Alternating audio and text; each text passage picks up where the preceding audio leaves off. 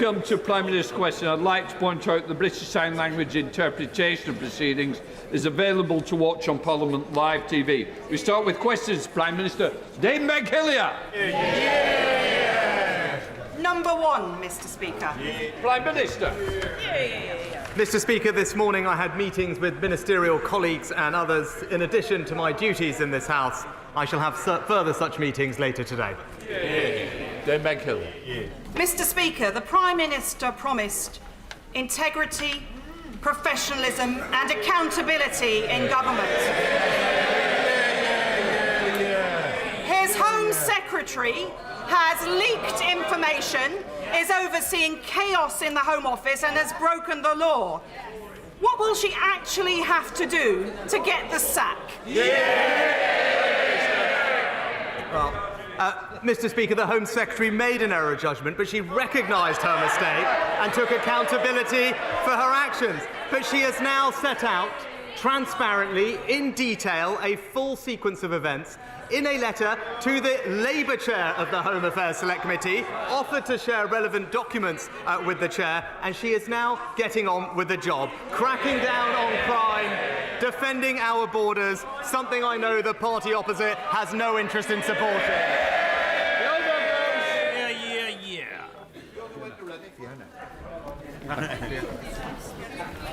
My 19-year-old Congleton constituent, Mary, who has been in care much of her life, has worked long and hard by childminding and in other ways to save £3,600 to help support herself at university. Mary now faces her university studies with no savings and no means of recovering them because it has all been stolen from her in a few seconds by a heartless scammer pretending to be her bank. What assurance can the Prime Minister give that the government is working hard to help prevent this type of all too common, despicable crime and bring the perpetrators to book? Well, I'm very sorry to hear about Marie's case that my honourable friend raises, and I know how convincing scammers can be and the upset and hurt that they cause. I'm pleased to reassure my honourable friend that the government will shortly be publishing our fraud strategy, which will establish a more unified, coordinated response from government and law enforcement and the private sector to block more scams and to better protect the public. We now come to the Leader of the Opposition, Keir Starmer. Thank you, Mr. Speaker. His Home Secretary says the asylum system is broken. Who broke it? Prime Minister.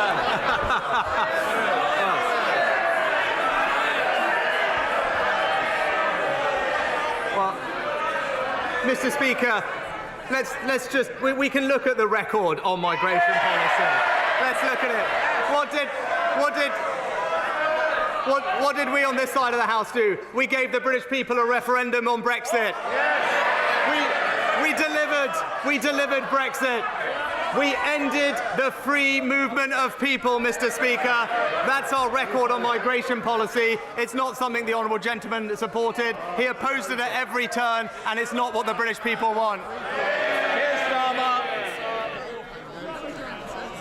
No one wants open borders on this side of the House. They've lost control of the borders on their side of the House. Mr. Speaker,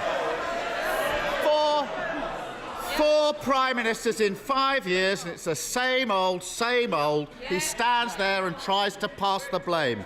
If the asylum system is broken, and his lot have been in power for 12 years, how can it be anyone's fault but theirs?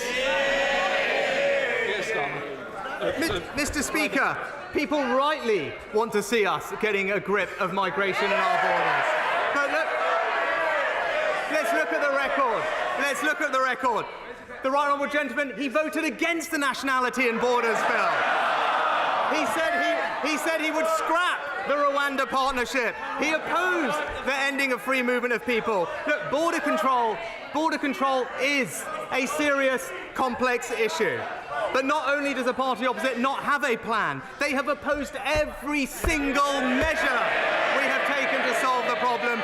You can't attack a plan if you don't have a plan. We voted against it because we said it wouldn't work, and it hasn't worked. He says he's getting a grip, he's got a plan. So let's have a look at that plan. The Rwanda deal was launched in April. It cost the taxpayer £140 million and rising. The number of people deported to Rwanda is 0. Since then, 30,000 people have crossed the channel in small boats. It's not working, is it? He hasn't got a grip. Mr. Speaker, we on this side of the House are clear that we want to defend our borders. When the Shadow Home Secretary this weekend was asked, she couldn't answer a simple question if the party opposite was in favour of higher or lower migration. It's that simple. The Home Secretary and I, when it comes to tackling on migration, reducing migration, we are on the same page. That party's policy, it's a blank page, Mr. Speaker. Mr. Speaker, blame others, deflect, attack on something else. So much for the new age of accountability. Of all the people who arrived in small boats last year, how many asylum claims have been processed? Prime Minister. Mr. Speaker, we do need. Mr. Speaker, not enough is the answer, very straightforwardly. Not enough. And that's what we're going to fix. But the honourable gentleman raises this question. What are we doing? We've increased the number of processing officials by 80%. We are putting an extra 500 more by next March. But if he really was serious about fixing this problem, then he would acknowledge that we do need to tackle the issue of people putting spurious claims, spurious, repeated, last-minute claims to frustrate the process. That's how we'll tackle the system. So why, then, did he vote against the Nationality and Borders Act, which deals with it? Mr. Speaker, he says not enough. You could say that again. It's 4%. 4% of people arriving in small boats last year had their asylum claim processed. According to the bookies, the Home Secretary has a better chance of becoming the next Tory leader than she has of processing an asylum claim in a year. And he talks about numbers. They're only taking half the number of asylum decisions that they used to. That's why the system is broken. 4,000 people at the Manston Air Force Base, massively overcrowded, all sorts of diseases breaking out. So, did the Home Secretary receive legal advice that she should move people out? Yes or no? Prime Minister.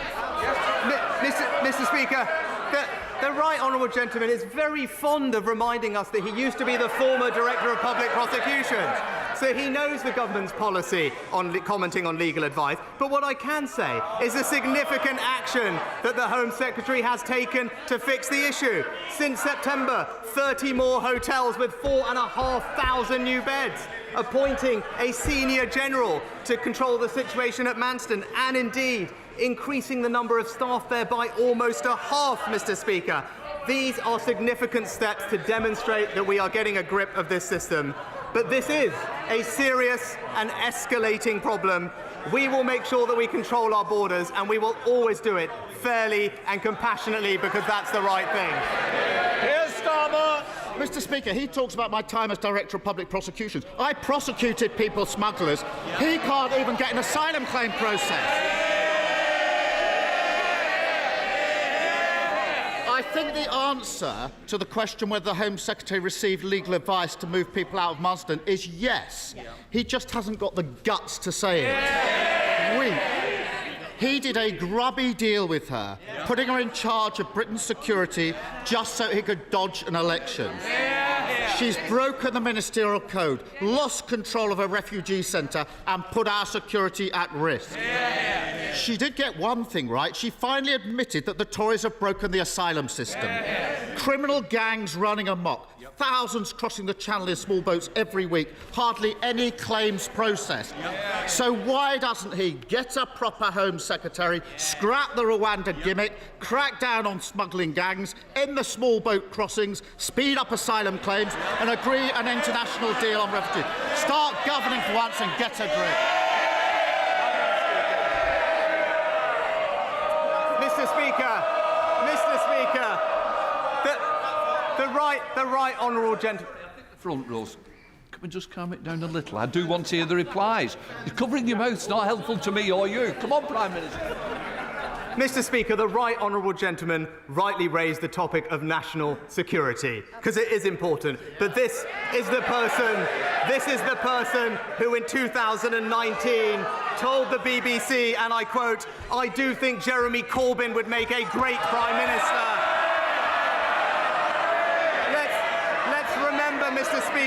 Mr. Speaker, let's remember that national security agenda, abolishing our armed forces, scrapping the nuclear deterrent, withdrawing from NATO, voting against every single anti-terror law we tried, befriending Hamas and Hezbollah. He may want to forget about it, but we will remind him of it every week, because it's the Conservative government that will keep this country safe.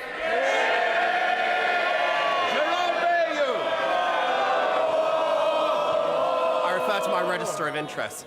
Mr. Speaker, right now we are suffering the worst outbreak of avian flu ever recorded. Hundreds of thousands of birds are being destroyed to stem the spread of this terrible disease. The government's acted quickly to bring forward compensation for live birds culled to 48 hours after confirmation of disease. But even this short delay is causing significant losses to farmers in Broadland as the disease wreaks havoc to flocks. Dead birds are not compensated. Today is Back British Farming Day. Will my right honourable friend take this opportunity to back British farmers and agree compensation for all affected birds from the date when disease is confirmed? Prime Minister. Mr. Speaker, as someone who represents a very rural and farming community, it is a great pleasure to back British Farming Day and join with colleagues on all sides of the House in doing so. But my honourable friend is right to highlight that outbreaks of avian flu this year are on track to be some of the worst on record. That's why we've toughened up biosecurity measures on poultry farms, and I can say to him that we have confirmed we will now pay compensation from the outset of planned culling rather than at the end, a request that I know he and the farming sector will warmly welcome. Leader of the SNP, Ian Blackford. Thank you, Mr. Speaker. In May of this year, the new Prime Minister told this chamber, and I quote, "I can reassure the House that next year's benefits will be uprated by this September's CPI, and the triple lock will apply for the state pension." But last week, the Prime Minister repeatedly refused to say if he would keep to a promise that he made only 5 months ago. Prime Minister, people don't need to hear any more spin about compassionate conservatism. People just need a straight answer to a simple question. Will he keep his promise and lift benefits and pensions in line with inflation? Minister. Well, Mr. Speaker, we do now have an excellent new Chancellor, and I'm looking forward to his autumn statement in a couple of weeks. It wouldn't be right to comment on individual policy measures before then, but I think everyone knows we do face a challenging economic outlook and difficult decisions will need to be made. But what I would say is that we will always, as my track record as Chancellor demonstrates, have fairness and compassion at the heart of everything we do. Well, Mr. Speaker, it was a very simple question asking for the Prime Minister to reiterate what he promised just 5 months ago. For the second week running, he still won't give a straight answer to the most vulnerable that require support. The Prime Minister keeps telling us that difficult decisions need to be made, but austerity 2.0 isn't a difficult decision. It is what it has always been, a Tory political choice to hit the poorest hardest. In the week that BP saw quarterly profits of £7.1 billion, why not take the easy decision to bring in a proper windfall tax? Why not take the easy decision to reinstate the cap on bankers' bonuses? Why not take the easy decision to scrap the non-dom tax avoidance? And with all that new revenue, why not stand up today and take the easiest decision of all, to protect those most in need and increase benefits and pensions in line with inflation?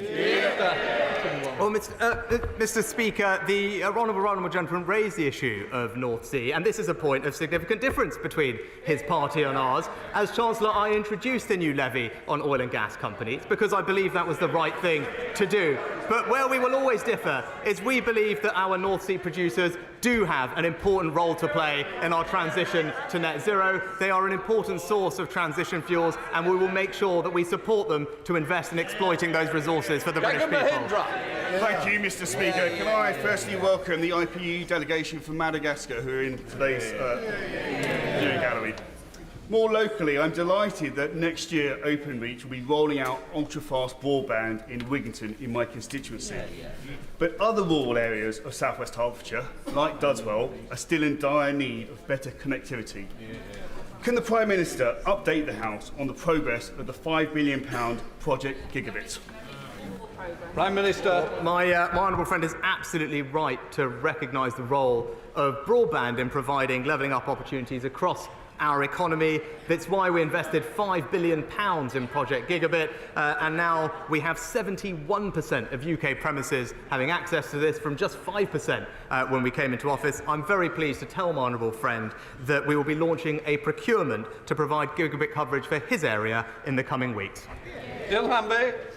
Thank you, Mr. Speaker. The Prime Minister will know that it's Scotland's energy resources that feed corporate profits and keep His Majesty's Treasury pumped full of cash to the tune of £8 billion in the last 9 months alone. In return, candidates in the summer Tory leadership contest tried to outdo each other in their contempt and hostility to Scotland's democracy. So without falling back on the "you've had your vote" trope, can the Prime Minister tell me, is Scotland in a voluntary and respectful union of equals as claimed in 2014, or are we hostages in a territorial British colony? Minister.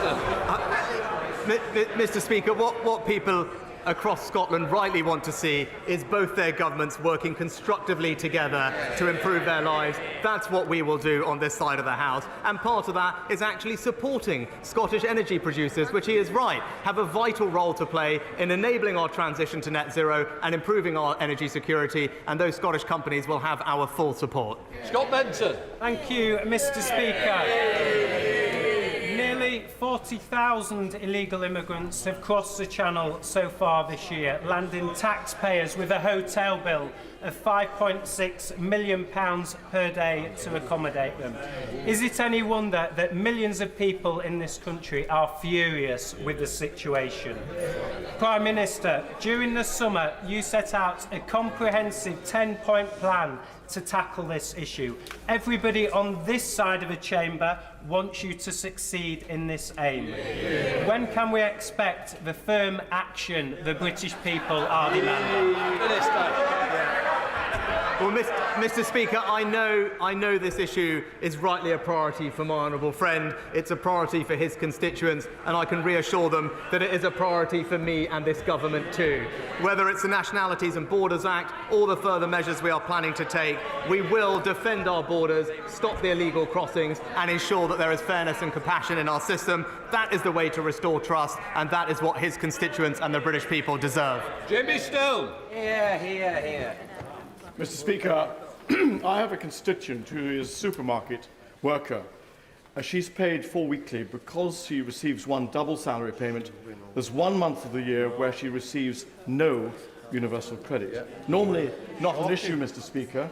However, because universal credit is linked to the cost of living payment, my constituency now no longer qualifies for the £320 that could see her through the very worst of a cold Highland winter.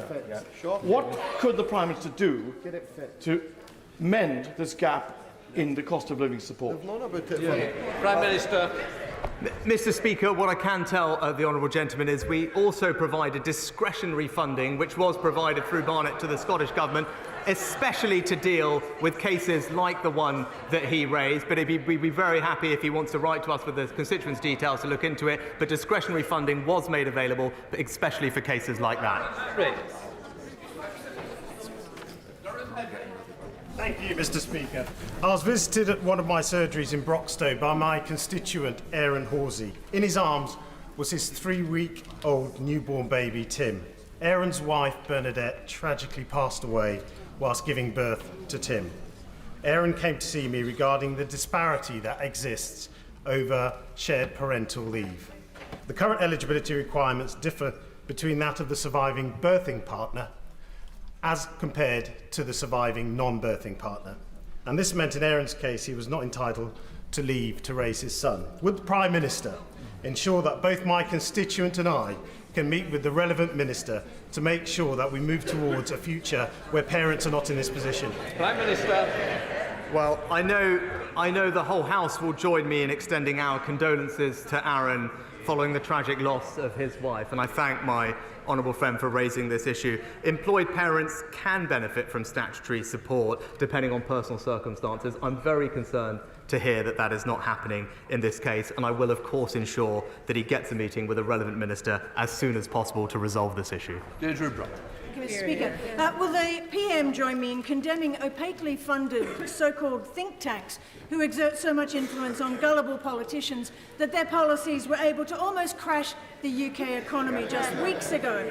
Open Democracy reports a former member of the Charity Commission has called for the Institute of Economic Affairs to be stripped of its charitable status, saying the very purpose of the IEA, shrinking the state, is political. Is it right this body receives charitable tax status? And will the PM meet with me to discuss the influence bodies such as the IEA exert on politicians, including what influence they still have with him? Well, Mr. Speaker, obviously charitable status is a matter for the Charities Commission, but more generally, I actually do believe in free speech and vibrant debate of ideas. That is a good thing, and we should do absolutely nothing to stamp it out, even when we disagree with it. Dr. Julian Lewis. Thank you, Mr. Speaker. In the run-up to the autumn statement, will my right honourable friend do everything he can to persuade the Chancellor to assist those people who took out mortgages in good faith and now are at risk of losing their homes through unaffordable increases? Prime Minister. Well, Mr. Speaker, my right honourable friend is absolutely right to raise mortgage payments. It's why it is absolutely crucial that we put our public finances on a sustainable footing to limit the increase in interest rates, because ultimately that is what puts pressure on people's mortgage payments. That's what this government is determined to do. And in the short term, there are support available through the welfare system for those with mortgage payments, and I hope he can direct his constituent to those. Thank you, Mr. Speaker. Given the continued Russian invasion and the now illegal annexation of parts of Ukraine, will the Prime Minister recommit his government to pursuing the full and proper accountability, including through the International Criminal Court, of those who violate international law in territories that they occupy? And in particular, will he pursue the rigorous application of the 4th Geneva Convention in terms of the treatment of civilian populations in militarily occupied areas? The honourable gentleman for his question, which is absolutely right. I can confirm we will continue with the policy that the previous government put in place, and I think it's something that we can be proud of, that we provided, I think, the earliest technical support to gather evidence to put cases together for future prosecutions at the ICC. We will continue to gather evidence, provide support to the Ukrainians, because he's absolutely right. What we are hearing is abhorrent, it's wrong, and those who are conducting these things must be held to account. Simon Hall. Thank you, Mr. Speaker. My right honourable friend and I both represent rural constituencies, and he will know the difficulty in securing both NHS dentistry and GPs in rural areas. We on this side of the House know that the financial decisions that he and the Chancellor are going to be taking are going to be tough.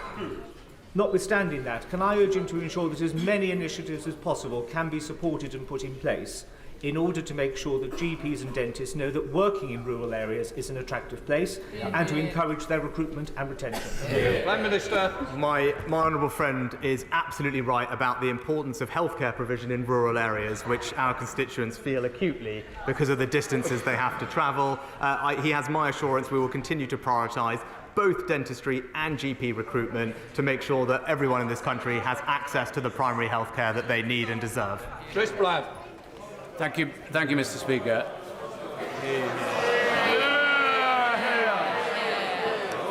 I'm not going to be bullied into silence by anybody in this House.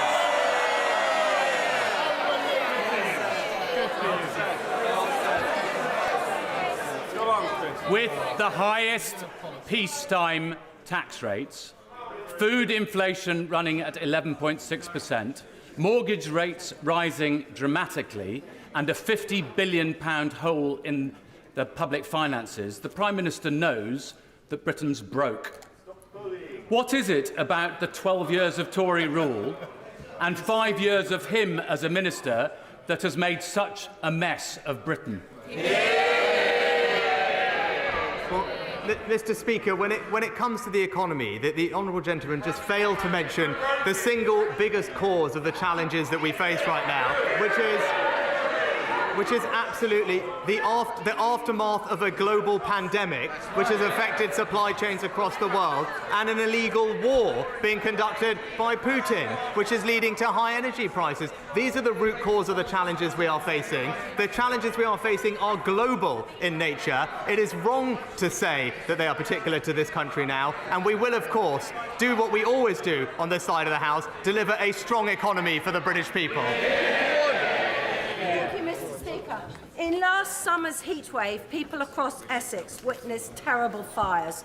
And last month in Ethiopia, I witnessed the horrific climate change-driven drought that is forcing millions of people across the Horn of Africa to the brink of famine. I've discussed climate change with my right honourable friend. I know he cares, and it's great that he's going to Sharm el-Sheikh. But we, the UK, brought the world to Glasgow for COP26. It's vital that we remain world leaders on climate change. So please confirm this government will fulfil the promises that we, the UK, made in Glasgow. Minister. Well, can I thank my honourable friend for her work and role that she has played in us championing the fight against climate change. And I agree with her. There is no long-term prosperity without action on climate change, and there is no energy security without investment in renewables. That's why I will attend COP27 next week to deliver, Mr. Speaker, on Glasgow's legacy of building a secure, clean and sustainable future. Thank you, Mr. Speaker. While the Prime Minister was secretly recorded boasting to friends that he had helped divert money away from deprived areas like Coventry towards wealthy areas, staff of Coventry's hospital are still paying £600 a year to park at work. So when will the Prime Minister stop hammering working people in my community? Well, Mr. Speaker, I think the Honourable Lady was asking about car parking in NHS hospitals, if I'm understood her rightly. We did introduce temporary free car parking during the pandemic. That was the right thing to do. And now all NHS trusts that charge for parking have implemented our free parking manifesto commitment for those in the greatest need, including hard-working NHS staff who work overnight. Speaker, on Back British Farming Day, will the Prime Minister recognise with all members of the House the important role that farmers take and recognise that public money for public good means producing food in this country? But could he also recognise the value that our trade deals are doing in allowing us to export our high-quality produce around the world, in particular the Australia Agreement, where a member of this House will be able to enjoy a certain delicate cut in his bush trucker trials? Well, Mr. Speaker, I agree with my honourable friend. British farmers are indeed the lifeblood of our nation. I join him in celebrating their contribution. I agree with him we need to prioritise food security, and he is right to champion free trade deals. They open up new markets and new opportunities for great British produce, and we will continue to open up more markets for our farmers everywhere. Scottish Sherman. Mr. Speaker, can I welcome the first Prime Minister from Yorkshire for a very long time, but and I'm trying to be kind to him this morning. Isn't it the fact that since he resigned as Chancellor of the Exchequer on the 5th of July, we've had the most turbulent economic and political disaster in our country than any of us can remember? And when he reflects on that, will he also think why, when he was the Chancellor of the Exchequer, he did not help ordinary working people as well as he could?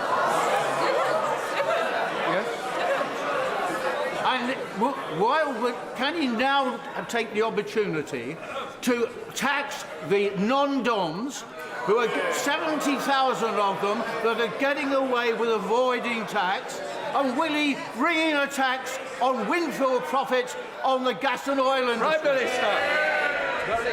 Minister. Mr. Speaker, I'm very proud of my record as Chancellor in this country. And maybe the Honourable Gentleman could talk to the 10 million people who had their jobs saved through furlough. Maybe he could talk to the millions of those on the lowest incomes who benefited from the changes we made to universal credit. This will always be a fair and compassionate government that has the most vulnerable at our hearts. Thank you. Thank you, Mr. Speaker. With only 2 out of 10 autistic adults currently in employment, it's clear that much more needs to be done to realise their potential. Will my right honourable friend work with me to make sure that business and industry help close that alarming employment gap? Well, I know this is an area that my right honourable friend rightly champions and knows an enormous amount about. I look forward to working with him closely to get his recommendations on how we and industry can improve the lives of those who need our help. Sarah Jones. Thank you, Mr. Speaker. The Leader of the Opposition asked the Prime Minister who broke the asylum system. He dodged the question. The truth, Mr. Speaker, is that the backlog is now so great, decision-making so collapsed, and returns so low, at 1/10 of what they used to be, that the criminal gangs have a business model to die for. Whose fault is that? Mr. Speaker, the reason we are in this situation is because of the unprecedented number of people arriving here illegally, often from safe third countries. Now, if the party opposite was really serious about this, they would realise that we have to stop illegal migration, that we have to stop the exploitation of vulnerable people abroad. But they have opposed every single measure we have taken. They're not serious about this problem because they don't think it matters. Tom Hunt. Very much, Mr. Speaker. Both myself and many of my constituents remember fondly the Prime Minister's visit to Ipswich when he was Chancellor of the Exchequer. We spoke about levelling up and he made it clear to me levelling up isn't just about one part of the country, it's a national mission.